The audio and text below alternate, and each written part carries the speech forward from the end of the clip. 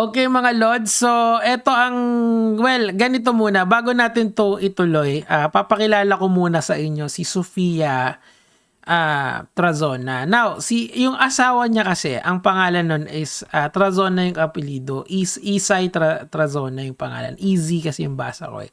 So this is the person na ating tatalakayin. Now, let's rewind the clock.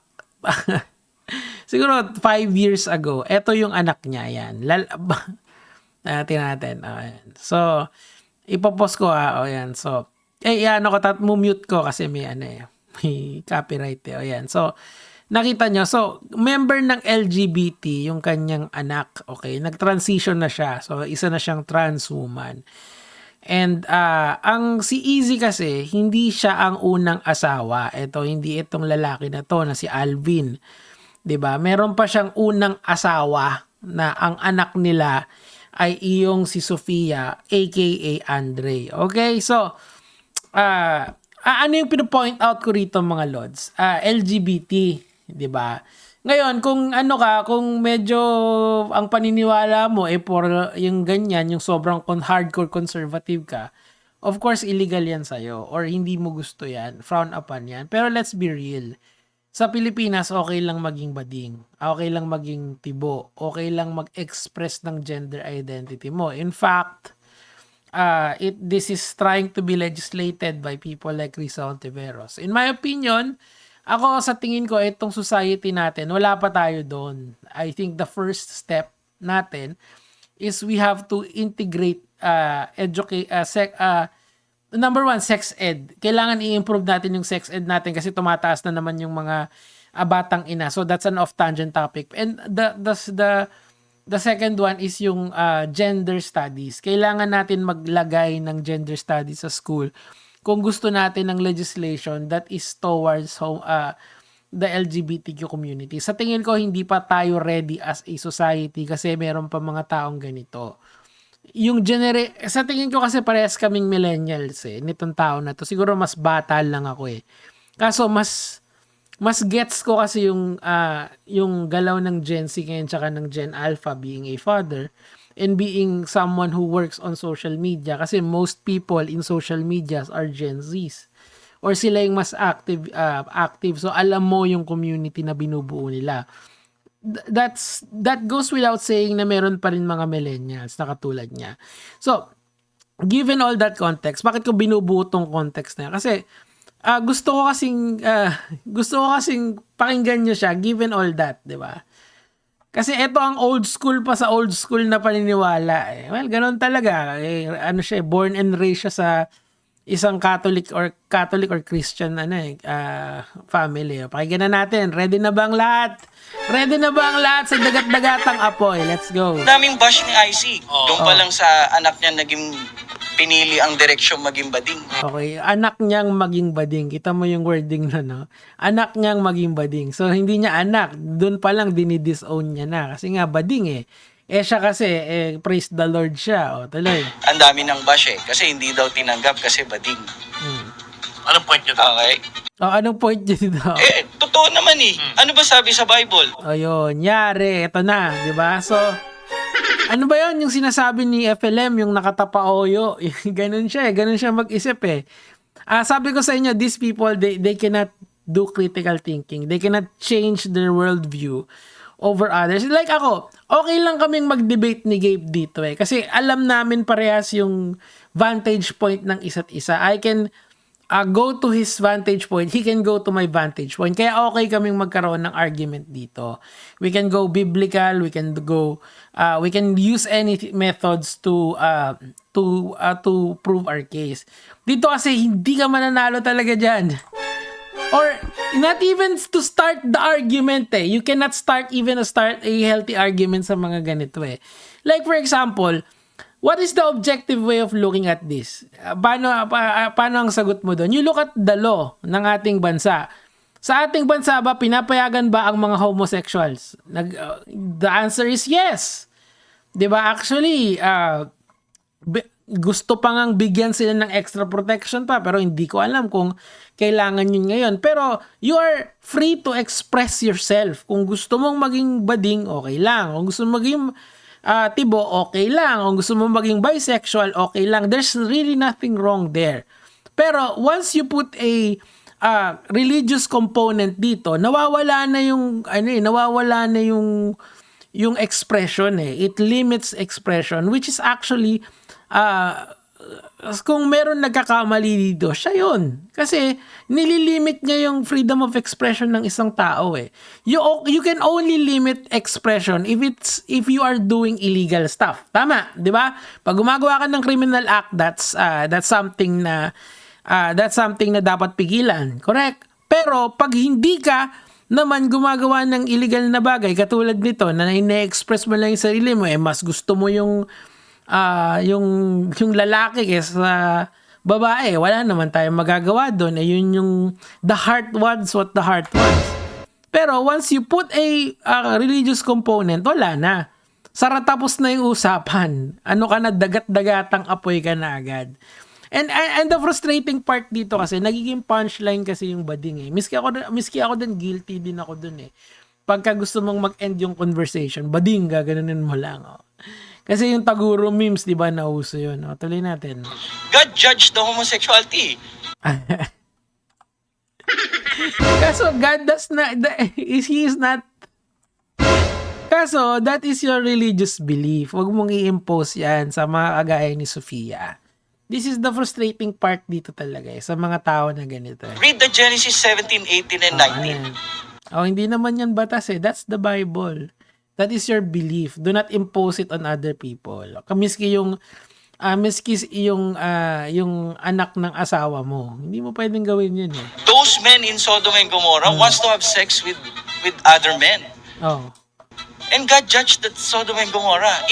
Baka naman applicable ba sa lahat ng bading yung Sodom and Gomorrah na yan? Well, again, ito yung frustrating part dito. Sana ma-clip nyo na lang ako mga sambayan ng kabadingan kasi pagtatanggol ko kayo dito sa point na to. I remember there's this one influencer na tanga talaga siya, as in bobo, kasi hindi siya marunong, hindi niya maintindihan yung causality, correlation at saka yung difference noon, 'di ba? What causes homosexuality? Is it we don't know. We don't have definite reason why there are homosexual tendencies of people. Pero does it occur in nature? Yeah, it does. Kunyari, kunyari in dolphins, I believe there are, merong mga may latent na homosexual behavior na ginagawa yung mga ganong mammals. Now, and yung sa HIV argument, kasi daw, mas mataas daw yung sabi nung tangang influencer na yon, na bawal yan kasi mas mataas daw yung instance ng male to male pag ganagan. Pero that's really not the point. Paano yung, kasi nga, yung HIV kasi, it occurs in everyone. It occurs in heterosexual relationships.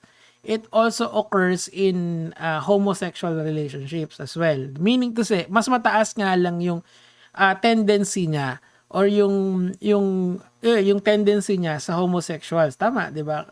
But this is a preventable disease by using condoms, by doing safe sex, 'di ba? So, meaning to say it's avoidable. Ibig sabihin, you can do it as long as you practice safe sex para hindi ka masama dun sa numero. The problem kasi, kaya hindi ito napag-uusapan, you get stigmatized kapag by this type of people, etong mga tao na to, and yung mga content creator na ganun mag-isip, because you do not, hindi nyo pina-platform yung explanation. What people platform is hate, 'di ba?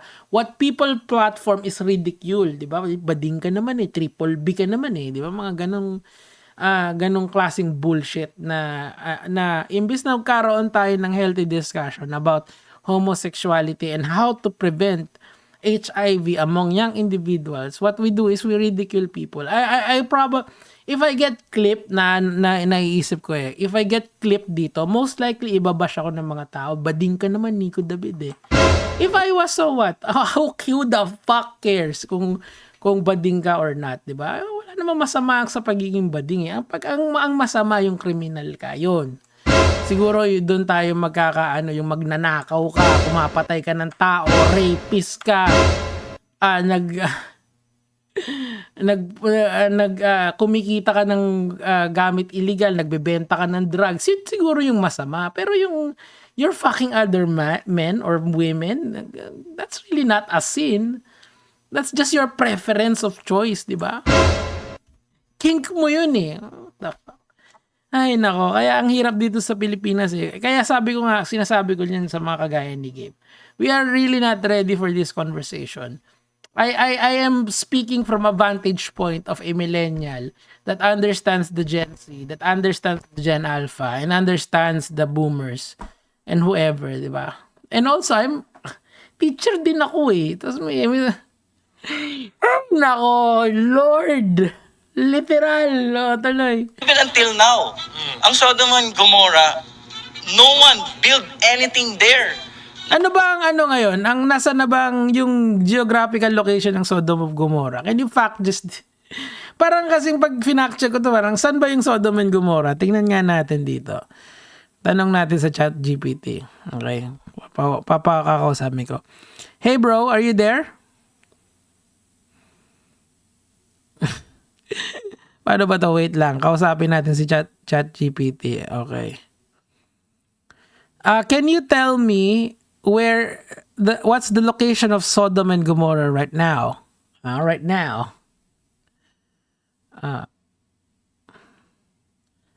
Okay. Dead Sea region. Northern Dead Sea. Yun naman pala eh. Paano ba pagsalita itong ChatGPT na to? Sabi ni ChatGPT, nasa ano daw to? Nasa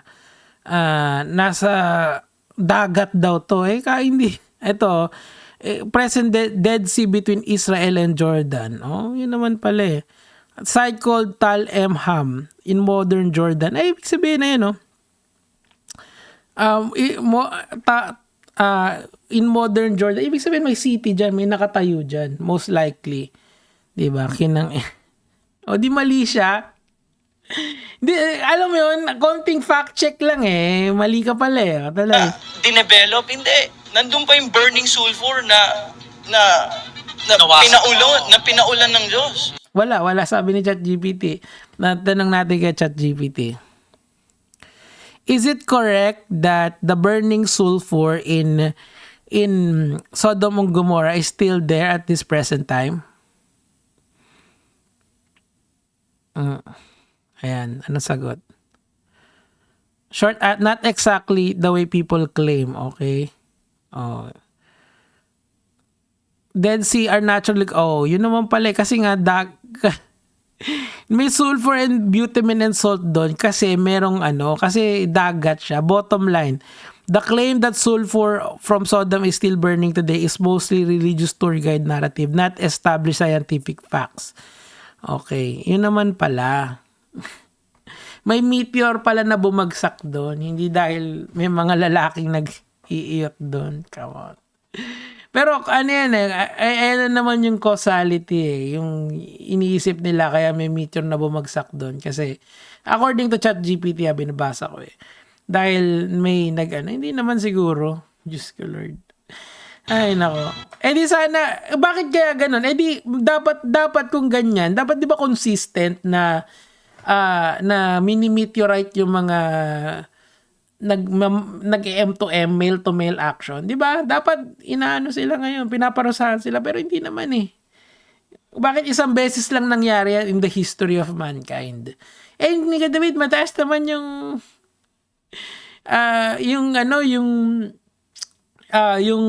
male to male na na HIV, yung homosexual between homosexual. Di ibig sabihin ang pangontra lang pala dyan sa paniniwala mo is condom. Pag nag-condom yung male to male, di maiiwasan na yun 97% of the time.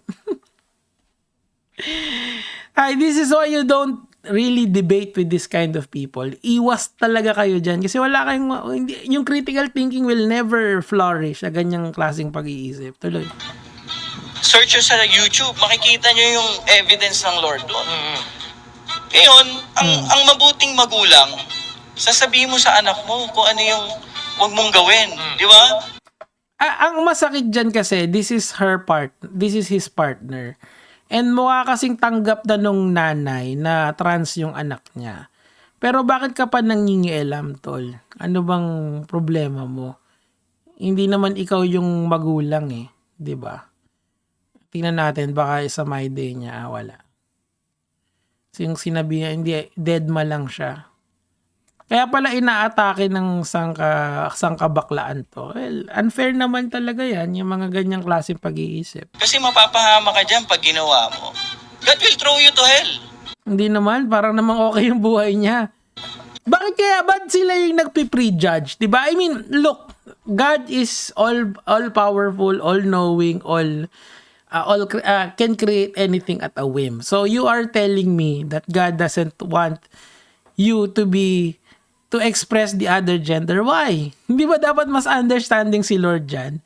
Diba? Ano? Will it matter kung ikaw ay babae at lalaki? Hindi ba ang pinaka nagmamatter dito is if you are a good person or not? I don't understand. I really don't.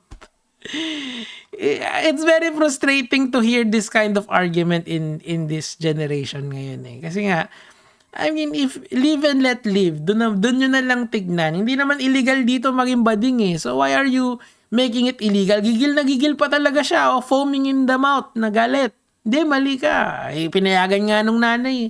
Hindi ka naman tatay nun eh. If you continue to do homosexuality, mamuhay ka, and you don't want to believe in Jesus, I assure you, God will throw you to hell. Oh, eh, problema niya yon, di ba? No need to preach sa kanya. So, anong moral dito? Don't debate with this kind of people. Kasi nga, wala kang pupuntahan dyan. Seryoso. Yan, lumabas tuloy yung ano ko. Yung desktop ko. Ano ba to? Pinapa-download. Hindi, yung mag-download. So, yun lang naman po yung sa akin. Good night. Good night, mga coloreds, gege.